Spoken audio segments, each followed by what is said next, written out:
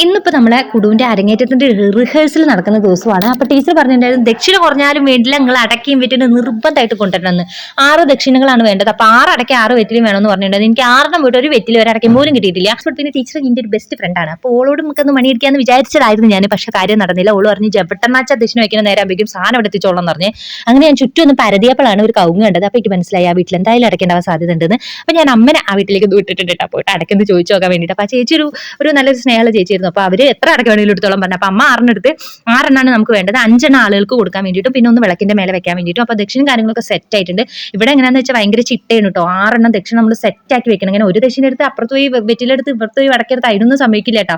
ഇവിടെ ഭയങ്കര സ്ട്രിക്റ്റ് ആണ് ആള്. അതാണ് കേട്ടോ ഡാൻസ് ടീച്ചർ. ആ മഞ്ഞ പോലത്തെ പച്ച പോലത്തെ ചുരിദാറില്ലേ, അതാണ് നമ്മളെ ഡാൻസ് ടീച്ചർ. അപ്പോൾ ദക്ഷിണ കൊടുക്കലും പരിപാടികളൊക്കെ കഴിഞ്ഞിട്ടുണ്ട്. അത് കഴിഞ്ഞതിന് ശേഷം നമ്മൾ തൊഴണം, എല്ലാം തൊഴുത് നെറുവിൽ വെക്കണം. നമ്മുടെ അരങ്ങേറ്റം നല്ല മനോഹരമാവണ്ടേ, നല്ല അടിപൊളി ആവണ്ടേ, ഒരു തെറ്റുകുറ്റങ്ങളൊന്നും ഇല്ലാണ്ട്.